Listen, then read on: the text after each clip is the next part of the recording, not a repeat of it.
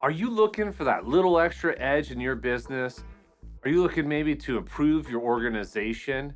You're in luck. Today, I'm going to go over the top 8 HR tech tools that you can use to streamline processes and make your business more efficient. I'll be going today from number 8 down to number 1. And at the end, I'll go over a bonus application that not many people are using today, but could be the real difference maker in your organization. We'll start off first with talent management as number 8. Think performance management, maybe discipline management, succession planning. That's where you're going to be identifying who's leaving the organization or who's about to leave the organization and who has the right skills, maybe certifications, training to take on those roles. That's critical right now as we see a big change in our workforce. Being able to internally recruit the right type of people for different roles in your organization is very big right now because, as everybody knows, it's hard to recruit people. So if you can do more with the workforce that you already have, that's the best because they're known commodities. So within talent management, you're going to have maybe some peer-to-peer feedback where I could go to a colleague, give them some positive feedback on a project we worked on. Maybe another manager could come over and give me feedback. Those are type of things you're going to see within a talent management, really enriching your work. All right, up at number 7, we have our learning management system, or LMS. It is a nice to have, but it's almost critical for an organization as well, because you're going to be able to want to take some training material, put it together, say it's a new system you have, a new policy, a new training for communication, sales, whatever it is. You're going to be able to want to bundle that up, put it in a system, and put it out there for your workforce and assign it to them and track who has and hasn't taken that. Because we're all continual learners, whatever it is, if it's our hobbies, if it's in our personal life, or it's at work, we always like to continually advance and learn new things. So it's a great way to reskill our workforce and keep driving them along. Also, you see a LMS used critically around onboarding because you can assign new orientation, maybe a policy acknowledgement, some other type of like loyalty oaths, those type of things you can embed in an LMS and then have them triggered around the employee's start date or a couple weeks out, really where we see LMS being leveraged quite a bit. Number 6 on the list is going to be benefits. You need to have a good benefits application. Now, I have to give you a little story about my personal life. Every time I've signed up for benefits, I've waited till like the tail end of open enrollment because I can't decide, do I want the PPO plan and pay a bunch of money? Do I want the high deductible with the HSA? I don't know. And then I'm kind of paralyzed. It takes me forever. And then I usually end up on like a Thursday or Friday before open enrollment ends and I'm click and I'm out. And hopefully for the whole year, I've committed to the right thing. Most of the time I've got it right. Sometimes we're a little shaky. With a good benefit system is it helps people navigate this very difficult decision that they're bound to for a whole year. It helps them navigate that and remove some of that for your employee. That's an official term, So you want to remove that and make it easy for them as possible. There's great applications out there that have maybe recommendations, or they have the use of icons, little clips, videos, all types of things that help to be explainers and make the open enrollment process much easier for your employees. Number 5, time and absence management. This is where we're starting to cross into critical applications that you need for your organization. You need a good time management system where you have schedules, they're entering in their time, they're tracking their time, approving time cards, and also absence management.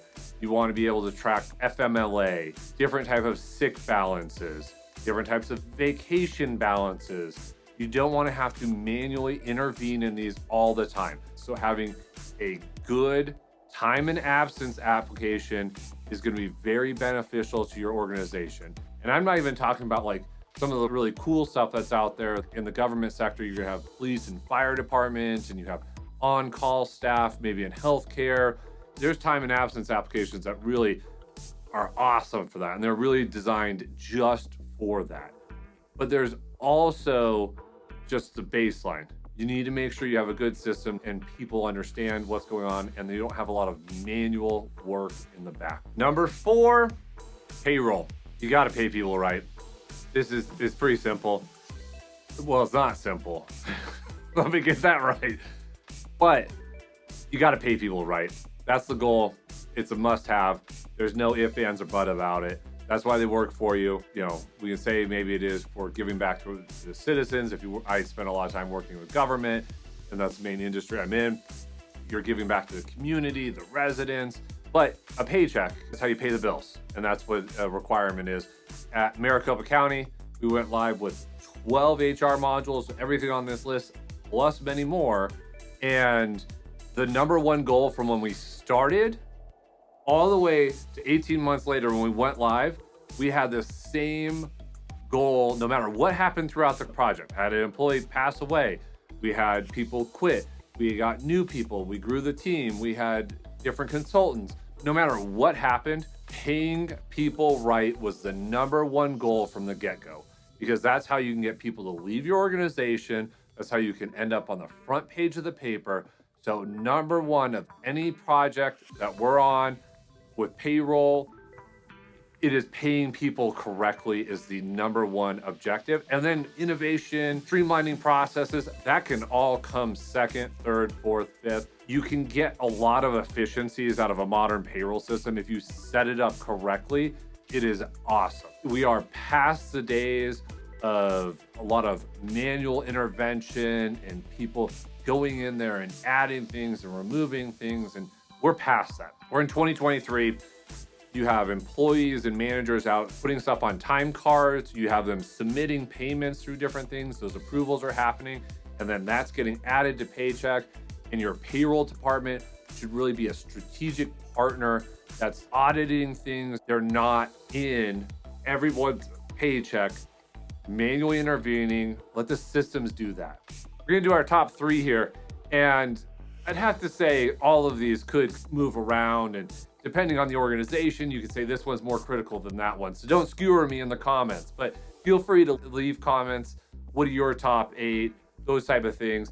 If you find value in this, like, subscribe, check out my channel. Number 3, onboarding and offboarding.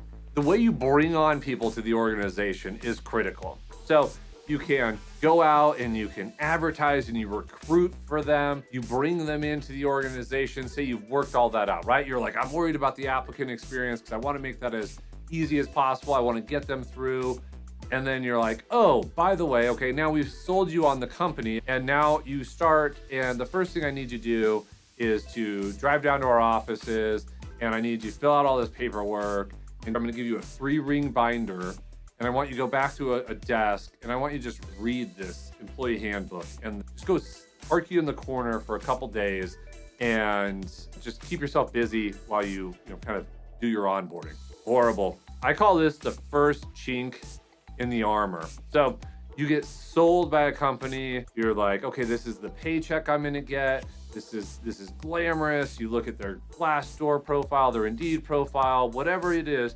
You get sold that this is going to be a company that's going to be awesome. You make the choice, you go there, and then on day 1, it starts to suck because of the onboarding process, and you power through it. But what happens is it starts kind of, oh, well, that kind of sucked, but it's my new job. I'm still happy. And then maybe your manager doesn't reach out to you, and then, well, that kind of sucks. And it just kind of starts going from there, and then you could have a really high-level employee get disengaged really quickly by a bad onboarding process. So a good onboarding process is a good start to your employee experience. And then an offboarding process just as well. When someone leaves your organization, HR is really bad sometimes about telling IT that they need to turn off accounts, that they need to go get a laptop, they need to do stuff.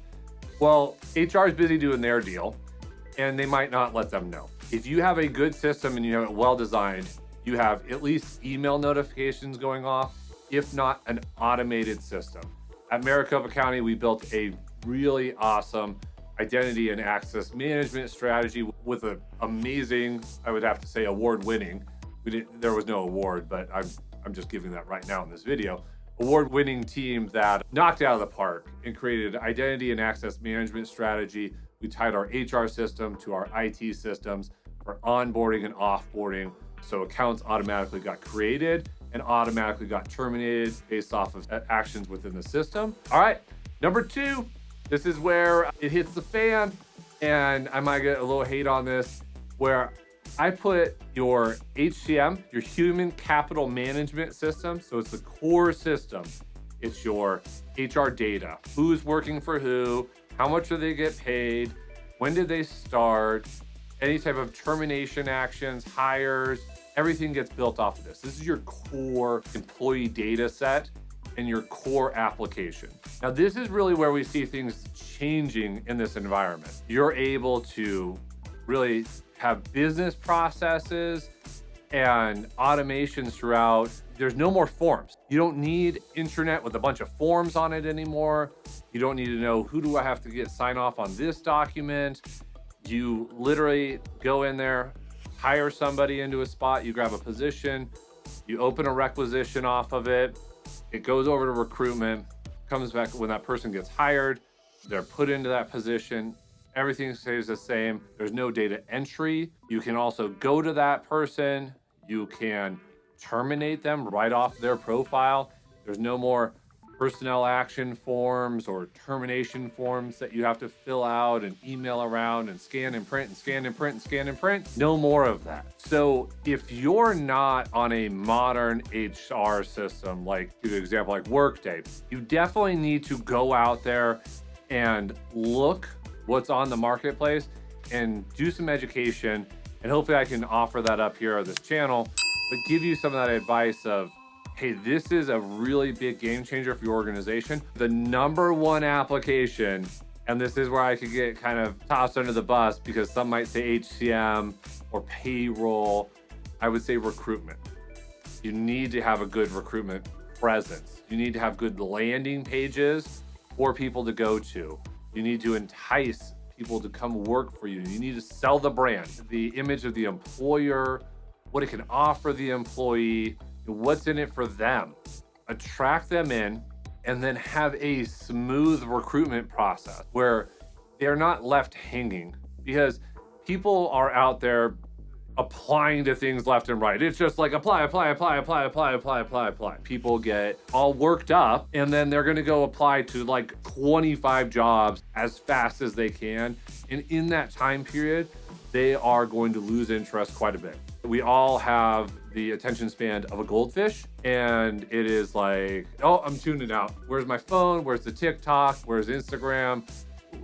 Where's something else to distract me, because this is boring. I know we want people to read our jobs and they want to go through the process. You need to make sure it's as easy as possible so you get good candidates in the door. You also want to make sure your recruiters can work in there. There's a high turnover in recruiters right now. You want to make sure that you're able to have them out there actually recruiting proactively, not just reactively on the defense, where they just post a job, wait for people to apply, come back in 2 weeks. No, in today's world, you have to go out there and connect with people and bring them back. You don't want to have your recruiter out there selling your organization and then having them come in and facing a recruitment system that sucks. All right, I did talk at the beginning about a bonus application, and this one is near and dear to my heart because I am a data nerd. So HR analytics or people analytics is the bonus module that I wouldn't say a good chunk of organizations are using. It's really varied with how they're using it, because they might have a bunch of different applications for their recruitment and HCM and time and training, and they don't have it connected in one system. So this is something at Maricopa County we did really well, is we were able to take all of these different data sets. We had to cleanse them, we had to prepare them, transform them, bring them into one system like a Microsoft Power BI, and then we were able to use that and build dashboards and KPIs for leaders. What happened when we were able to go to one platform like Workday and brought all of those applications in, you're able to rapidly build those HR analytics instead of that cleanse and transform and mapping data and extracting it and having to put it on schedules.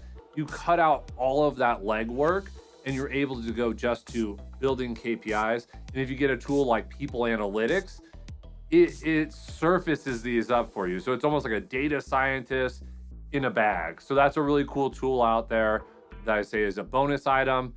Definitely something to look at. I really appreciate you guys making it through our top 8 HR tech tools to help optimize and make your organization more efficient. If you find value in this, like I said earlier, like and subscribe. It definitely helps me out, helps get this video out to more people as we start growing the channel. And stay tuned because we'll have more videos coming out along the lines of this. Leave a comment below if you feel like any of the tools you thought were more impactful than others, or like your top tools. Feel free to drop them in the comments. And thank you, and I'll see you guys later.